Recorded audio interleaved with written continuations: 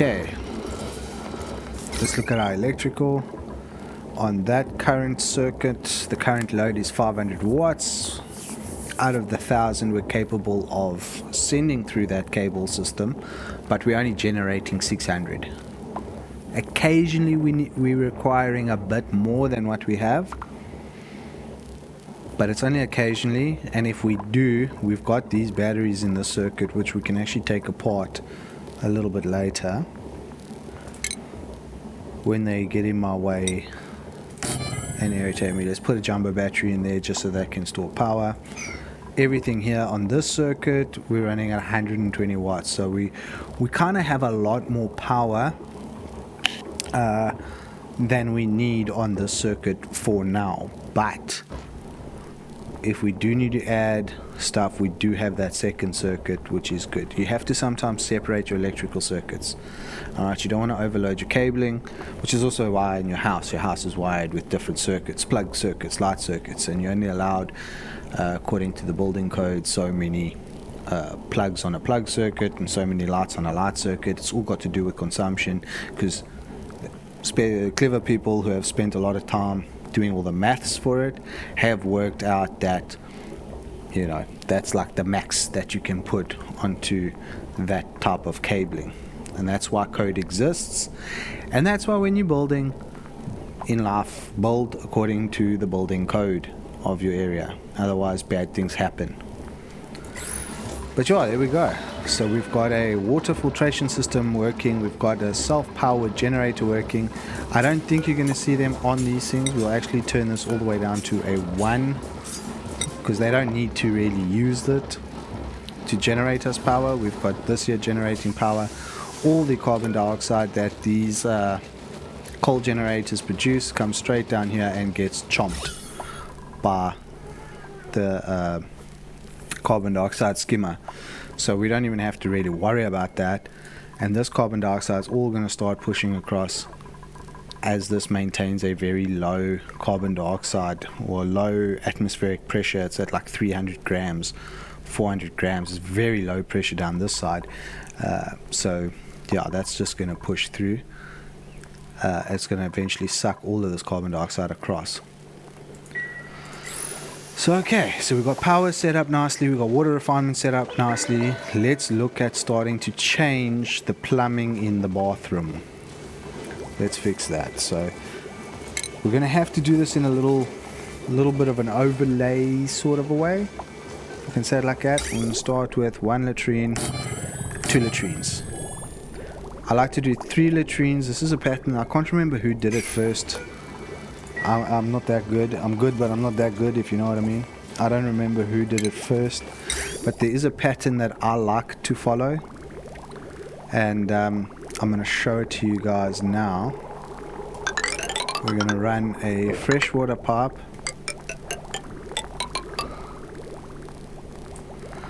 and then we're going to run a dirty water pipe.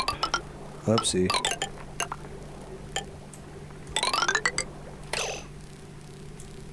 A dirty water pipe, and we're going to cancel that pipe because it does not need to be there, and that's also going to land us in this situation of no floor. So let's just quickly click up and replace all the necessary flooring and walling that we need to hold our base back together. Let's go to liquids now. Okay, so now we got to plumb in this stuff. And remember, black is your clean water input, green is your dirty water output. We're going to be running a series of machinery or plumbing setup, I don't know how you want to call it.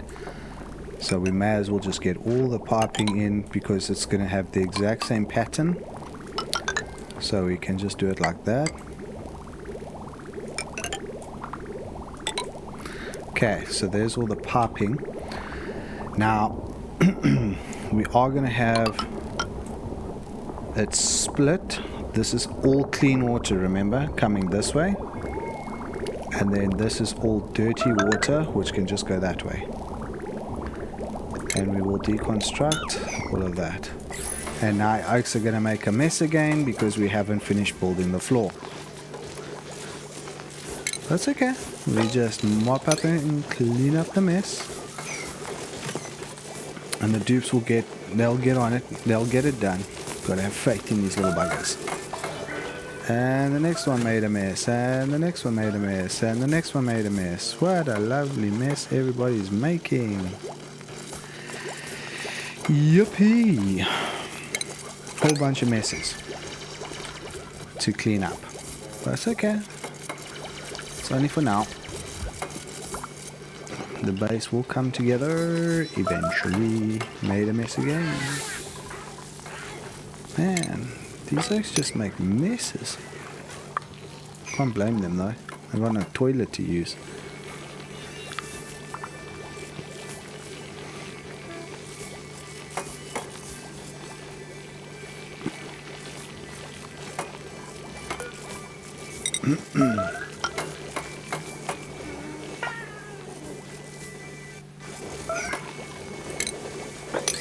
They start by just digging those two out as well, which they'll get to when they get that side. So we're going to have a couple cycles of messes, but I think that should be over with now.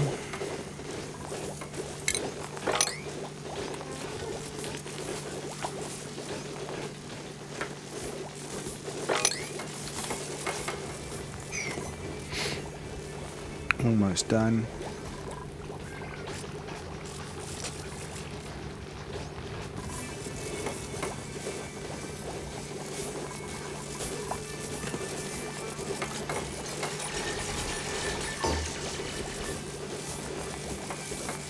And also the reason why I've kept the water filtration system that's coming off the bathroom separate from the reservoir that we're keeping of clean water is you'll see just now when we go through the actual rundown and breakdown of all of the different how do I say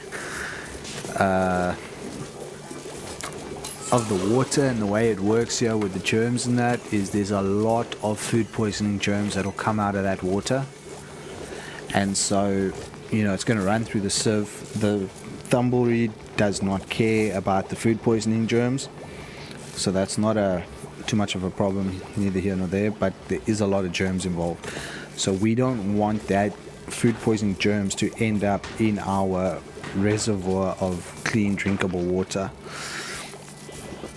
because that'll just put germs all over the place. But yeah, now these two bathrooms are plumbed in. Let's slow this down quickly. Here comes the water, or it was coming. It's now loaded up into here, so these two bathrooms are plumbed in and functioning. So let's just deconstruct that one, and that one, and that one. And then when the guys have deconstructed those, we will build a third bathroom, third toilet, then 2 showers in the middle with 3 basins on the side. All plumbed into a system. We won't have to go and squeegee plunger up the latrines anymore, so that'll help us. Here Rowan's giving us a quick demonstration on the bathroom. And there we go, he hits the flush mech and all the polluted water starts to run off. See? Don't have to worry about it anymore. No one has to clean them or anything like that. Showers are awesome because if they've got soggy feet or something like that, they take a shower, they feel great. We'll feel great after a shower. That's what that's going to do.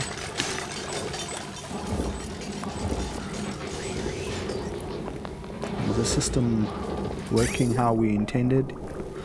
Very colorful. But okay. Working pretty solid. Oh, and we got already Joshua's taking a shower there. Okay. Everyone's washing hands. Everyone's clean. Yay! I think we have fixed one of the major upgrades now. I want to is to deconstruct some of these basins quickly so that we can go to the medical section and get a sink, and we will start slapping in all our sinks.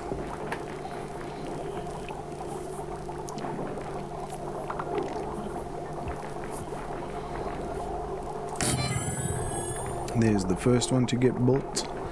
There's the second one to get built.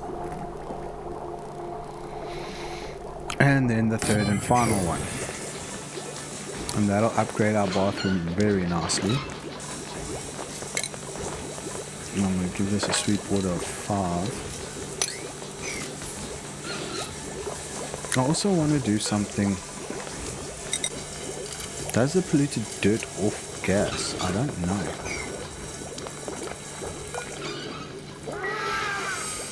I don't know. There we go. Let them hurry up and build our bathrooms. And then obviously we choose the left direction only, so when they go through, they wash their hands on their way out after using the toilet.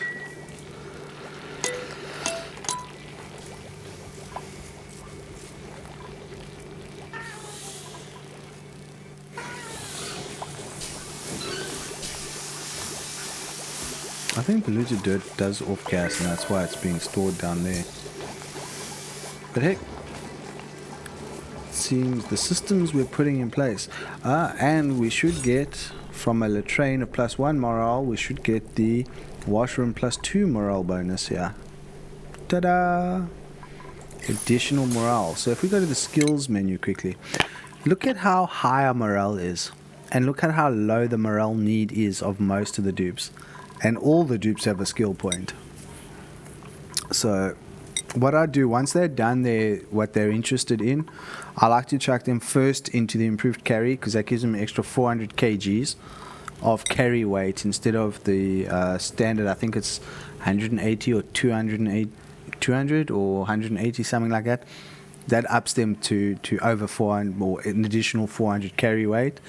So if you've got 1,000 tons, or if you've got 1 ton, 1,000 kgs, it doesn't take 5 trips to move the thing. It takes like 2 trips, which is just better. Ashkin, he's just going to go all the way in construction. Devon's going obviously in his digging. He's now reached that level. Josh improved farming level 3 or level 2. Max, I'm trying to remember. Max is our critter rancher. We're going to get into critter ranching now. Nisbet, hazmat digging. She's going to have hazardous digging. Improved farming for Ren as well. That fixes that. Fine dining cooking for Rowan. What does that do? Fine dining. Yo, he's a black belt chef. +2 to cuisine. So each enhancement is really, the higher the cuisine skill, the quicker Rowan's going to cook all the stuff we need cooked. Stevie's getting improved construction again. It's catching up with Ashkin, yeah? Oh, they're together actually, chasing it down together. Now, this is interesting because this is another branch of the research tree, which is going to put Stinky's morale requirement higher, but he's already got a very high morale at 17 + 1, or 17 I should say, and a need of 6, and if we add him here he'll have a need of 8 but a morale of 18, so he'll be like 10 morale buffer. So we'll put it in there. We won't change his hat from applied science research to astronomy, but we'll give him the ability to use it, to use the astronomy, which is the telescope and all of that good stuff. So alright, there we go. So we're making some serious advancements here in our little colony. While we've got so much dupe labor, we can just start swapping out, and let's get the base looking 100% here. Let's change out all the floors we need to change out. Change out all of that. No, we won't change that one just yet. That one we'll do slowly. And we'll do 2 at a time. Maybe what we do here is we do every second one for now. They should get onto it pretty quick. No one's sleeping in that bed, so we can just do that. Let's mop that up. Here we're busy with a water conversion. You see how the water's pushing itself down there. And that's working out pretty nicely. I also want to just quickly go and dig out that one tile there. No, not that one tile. We're going to dig out these 2 tiles. I want to dig out those 2 tiles, and that'll allow this 25 kgs of polluted oxygen. That's a lot. 30 kilos of carbon dioxide. Oh my word, that's a lot. Chaps, that's a lot of pressure for this small room. But okay, let's do it. And then what we do is we can actually start to purify what's going on. Because if we look at the germs in here, the oxygen's pretty much killed those germs. Okay, we obviously got some of this floral scent over here, but I don't think we got anyone who's allergic to floral scent. But I do want to start, how do I say, getting rid of the carbon dioxide that's in here. And the best way to do that is to kind of like pump it out. But then at the same time, I am a little bit worried. I think the carbon dioxide just came through.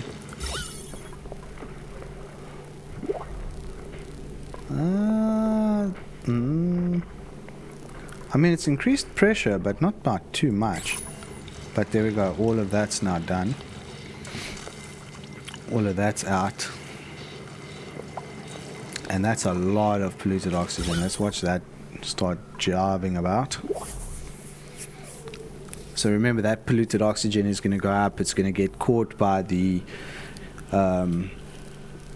deodorizers and converted. And then with that conversion, we'll be killing off the oxygen. I mean the slime lung germs. And if we look here, there's not too much going on here with the base. The base is looking kind of good. We do need to put these in though, over there. Let's put that in and put that in. That'll fix that problem.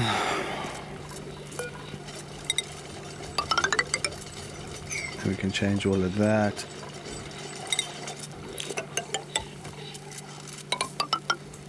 Boom, boom, boom, boom. Boom, boom, boom, boom. Then our base can actually become a full base bulb. And then I think we're going to put a gas up here. Ooh, we didn't include this area in on our calculation for this grid. That's okay, it's not really doing much. Let's have a look. Well, that was quick. All the negatives of the polluted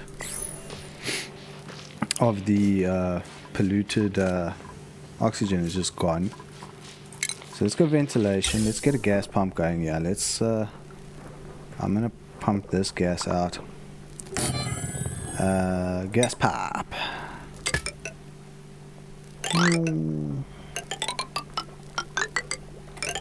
And we can just come straight forward down here.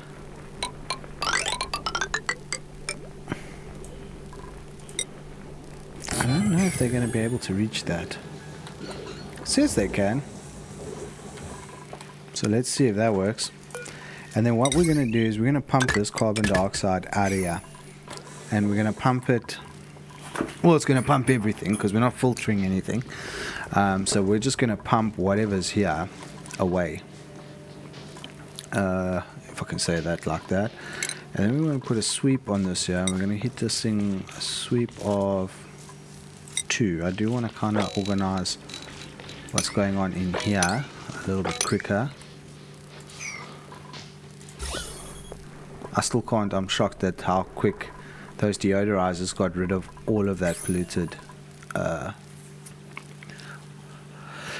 oxygen. That's just crazy. But alright, now we're going to start dumping carbon dioxide. We're going to dump it down here right above the carbon skimmer so that it can get rid of that carbon dioxide, because we don't want that floating around above our base. That wouldn't be nice. We also have new printables. Let's go and have a look. These printables come just way too fast.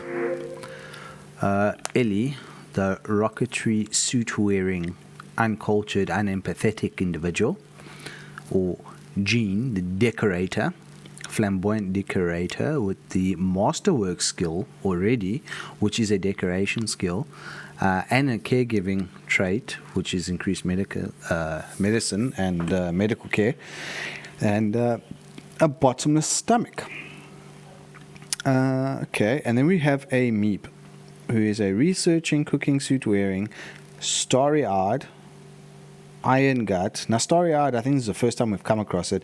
Moral bonus while in space. He likes to be in the rocket ship. And he's unempathetic with an iron gut. I wonder, what do we want? We've got 108,000 calories of food. So food is not an issue. We've got 10 dupes at the moment. I think 12 per asteroid or colony, asteroid, whatever you want to call it, asteroid colony. 12 is plenty in Spaced Out to get stuff done. So we are going to print out 2 more dupes before we have to really start finding the other planetoid and getting it set up. But I think the game is also hinting heavily to us that we need to start getting into space as well, because we're getting all of the suit-wearing dupes last cycle before. We got suit-wearing dupes. Now we got rocketry dupes with starry-eyed traits and all sorts of things. So it is definitely saying, nudging us towards getting a space rocket going. But I must say, I'm very torn between all these dupes, because there's nothing that really stands out to me. Researching, cooking, suit wearing. Starry-eyed is pretty cool for the moral bonus in space, plus researching, because you can use a telescope on you can put a telescope on an exploratory rocket, I think. And then you can do research in space and get space tech points, if I can call it that. Iron gut means he's immune to food poisoning, which is also very good for a space rocketing. So I think we're going to take Meep. The medicine I'm not too worried about, because you only need to worry about medicine for the fabrication speed and the treatment speed, and I think we'll be alright. So let's go to schedules. Let's go down here. Steve and Meep are going to be on the same schedule. Priorities for Meep is going to be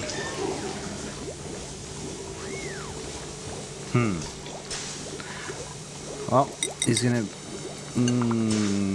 I don't know what he's going to do. He needs to find something to do to keep himself entertained.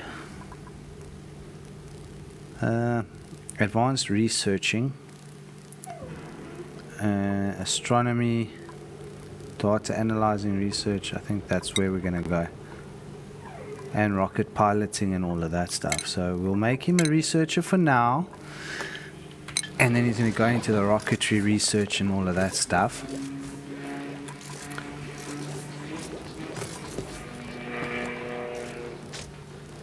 I wonder what's going on with this. Shouldn't be any germs in here, which there aren't. So once this has all been filtered out and this is all clean water, we're then going to pump this water out, because we'll be able to take, once the carbon dioxide's out of here and all of this water is clean, we'll be able to pump this water into this reservoir. And just in case we don't have space in the reservoir, let's just see. I want to see something about reservoirs. If they can get, submergible.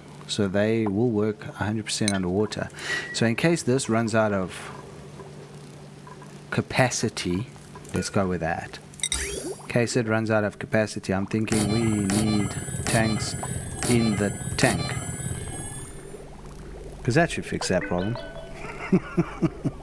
Put a water tank in a giant water tank. Okay, now we got liquid pipes, and if we're gonna pump down into here, we're gonna say here. Otherwise, we're gonna go like that, and then it's gonna jump across, and it's gonna go in here, and like that to all of the others.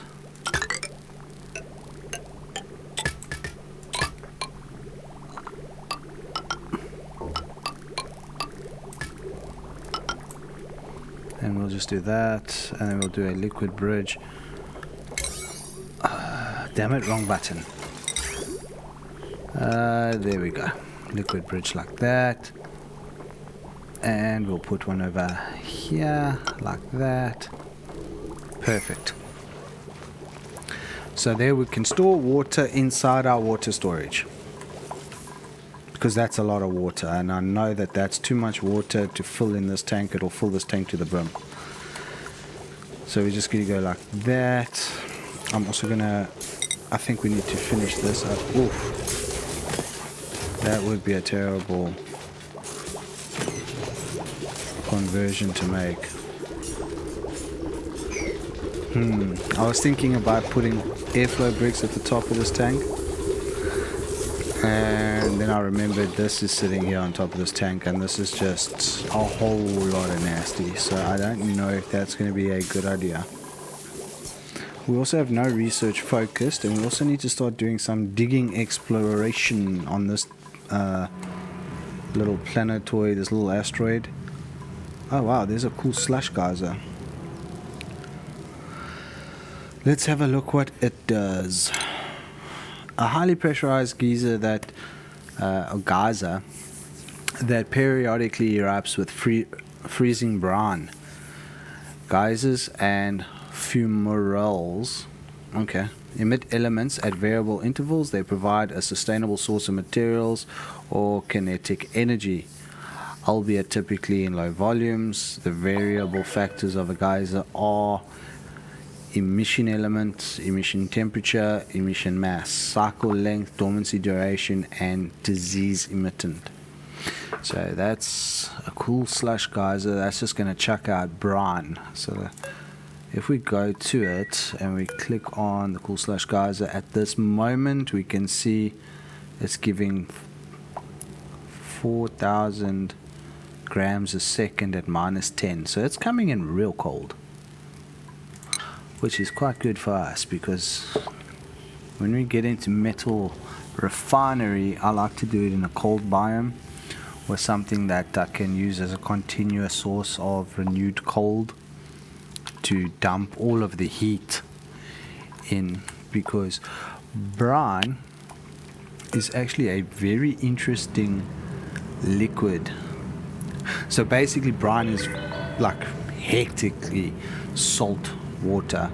Brine is like, you get seawater and then you get concentrated seawater. Brine is concentrated seawater. There is so much salt in it.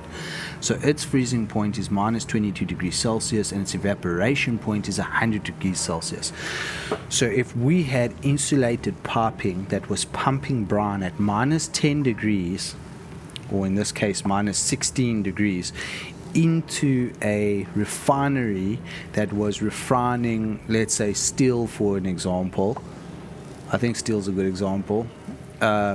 You add 70 degrees to the liquid temperature just to refine steel, if I'm not mistaken, or if it's still the same as how it was.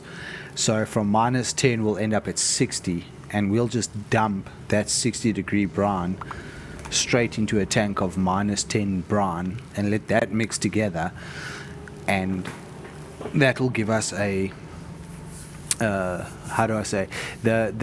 volume of cold we'll use to the volume of hot we'll put in will be insignificant, and it will take hundreds of cycles, if not thousands of cycles, to alter the temperature of the brine tank that we'll use to cool down the full refining process and all of that stuff.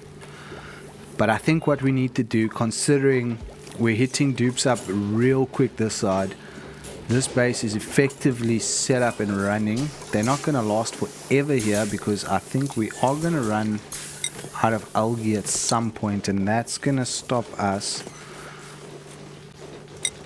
from producing oxygen, because remember our oxygen production is being done by these oxygen diffusers which consume the algae, but we've got so much algae to dig out and dig through. You know, that's all algae. We'll just grab like all of that quick, just as a proof of point. And I mean, we've got quite a bit of it just over there alone, you know. Someone farted over here, and we only have one flatulent dupe, and he farted over there, causing an air bubble to happen.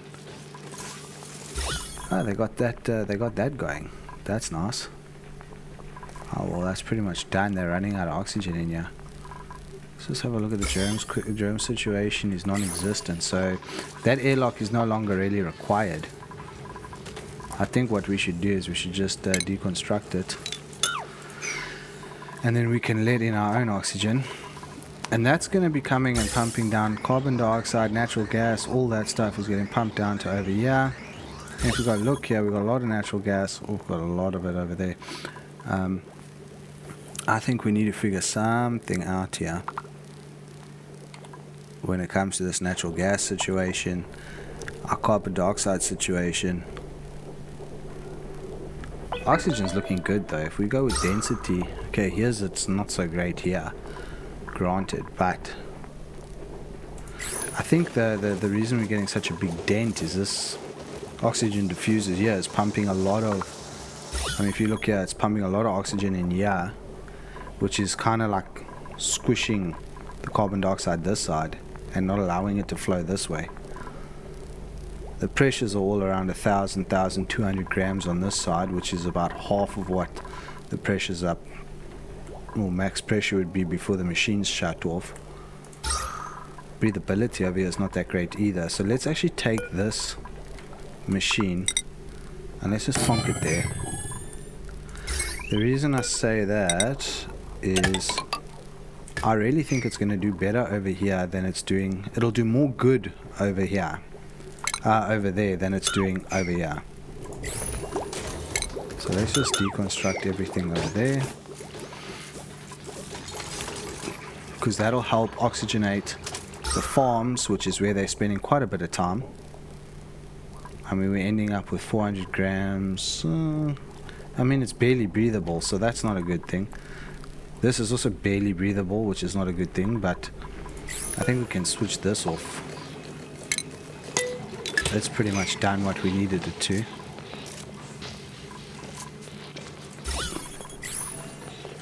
Next up is to finish gutting this biome, which is going to involve digging the hell out of it, which I think we shall begin as soon as the polluted water situation is out of control. Well, back under control. It's not that it's out of control. As soon as it's done doing its conversion there, we will continue to gut out this here biome, because then it's not going to matter what's where the water goes and all of that stuff, because it's not polluted. We also need to try and get this emptied out and bring all this water into this tank. Now, I may not have a brain, gentlemen, but I have an idea.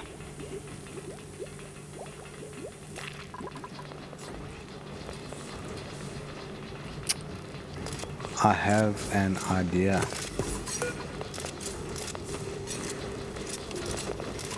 Yeah, I don't know if I like my ideas sometimes. I was gonna just build a wall here and then dig in here and let all of this just come flying down the middle of base. You know, obviously we convert that to a fixed tile, so that the water would slip down the center of the ladder, smash into the floor, fill all this up, and if we build like a barricade type thing here, then it has to all just go this way and dump in here. I say we do it. I say we do it, gentlemen. We only live once. Hopefully the dupes will live through this experience. Best of luck to them. This is going to be flippin' interesting. But okay, let's see what happens.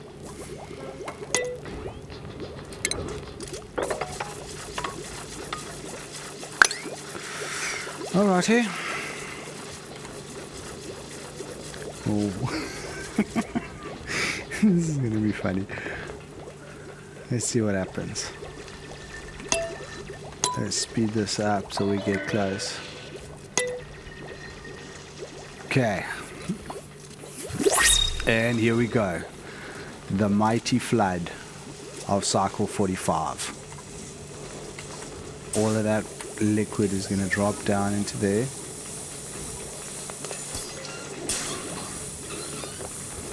It's running. Now the pitcher pump would also be a point where the fluid won't run over it. That's a grid base, so the fluid will go through the base of the pitcher pump down here. I don't think it blocks water. I'm just starting to worry that we haven't gone high enough. We have not gone high enough, gentlemen. Yep. Over the falls she goes. Shiver me timbers. Quick. Put another one. Put another one. There's Mr. Farty Pants, Mr. Steve. Making all the natural gas situation happen.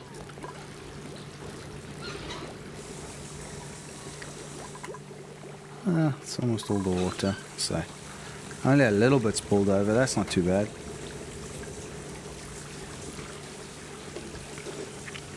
Geez, we got new printables already. Alright, let's hit a mop session over there, boys and girls. Oh, come on, man.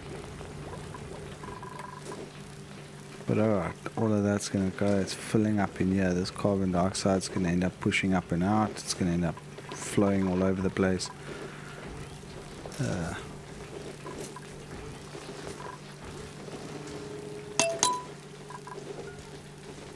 And we'll just sit here until it goes down. It has got food poisoning germs. Look at that. Why? Because something down here had food poisoning germs. Now we have food poisoning germs in our drinking water.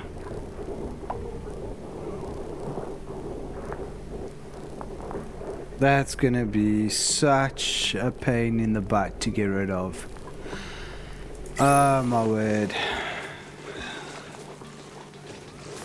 On a plus side, we got all the bloody water down, so that worked, sort of.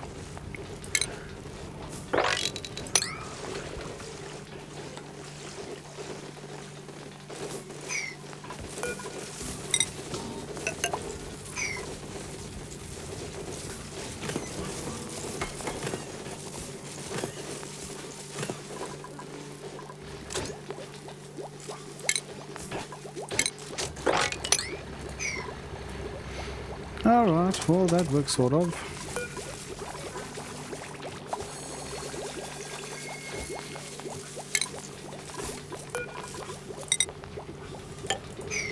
Okay, so that water's all gone off that side, that's all going that side. That tank is looking nice and mighty full, just saying. But at least that's done. The other plus side is it's created a nice flat section so all the carbon dioxide can just get out. How full are these tiles? Almost to the max. Almost to the brim.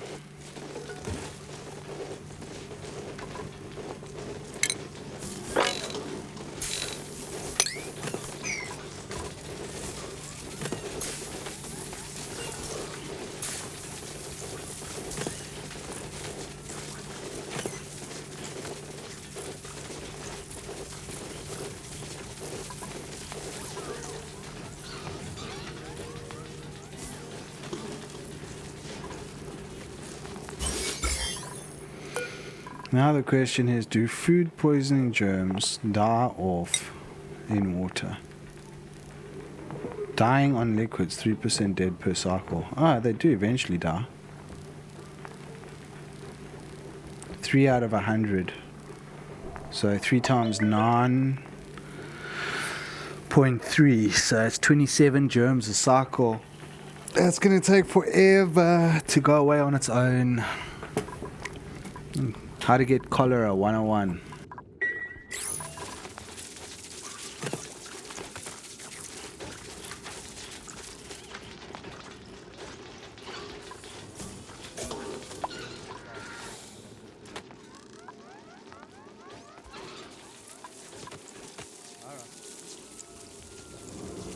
Alright guys, I think that's where we're going to end it today.